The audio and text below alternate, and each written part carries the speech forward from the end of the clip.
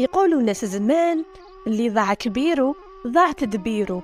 حاجتكم ما جيتكم على سلطان في زمان بكري، وما سلطان إلا ربي سبحانه. يقولوا كبر وليدو ورجع في عمر الزواج، أي اجتمع مع الحاشية نتاعو وقرر باش يزوجو، لكنه شرط غريب، بحيث أنه يعرض بنات البلدة لامتحان. أمر بإخلاء جميع البيوت والدويرات من كبار السن عجايز وشيوخ، هكذا باش يقدر يخير عروسة ذكية تقدر تدبر راسها وحدها بلا ما تلجأ للكبار، وهي اللي راح يحط ثقته فيها باللي تقدر تسير زواجها، وهي اللي راح تكون الزوجة المناسبة لوليدو. وهذا الشيء اللي كان. البيوت كامل فرغوهم الكبار إلا بيت واحد كان فيه شيخ مقعد ما كانش اللي يسمع به من قبل، بحكم انه ما يمشيش ما يخرج ما يخالط الناس.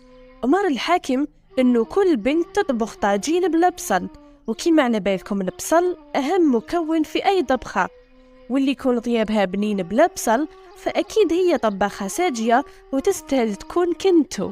اروح يا زمان واجي يا زمان، حتى لحقت الدالة لحفيدة الشيخ المقعد، أي يطلب منها جدها تقطع البصل وتعصره بقطع شاش وتستعمل الماء تاعو فقط.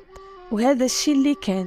دار الطاجين بالطبع والشان وبلا بصل كيما طلبوه منها.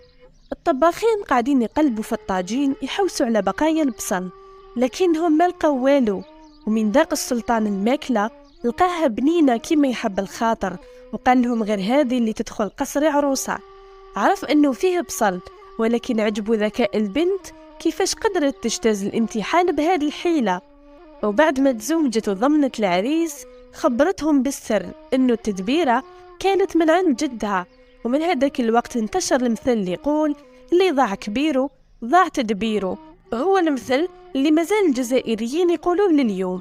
وحكاية تجيب حكاية حتى لحقنا للنهاية. والآن قولوا لي في التعليقات، كنتوا تعرفوا هذه الحكاية من قبل ولا لا؟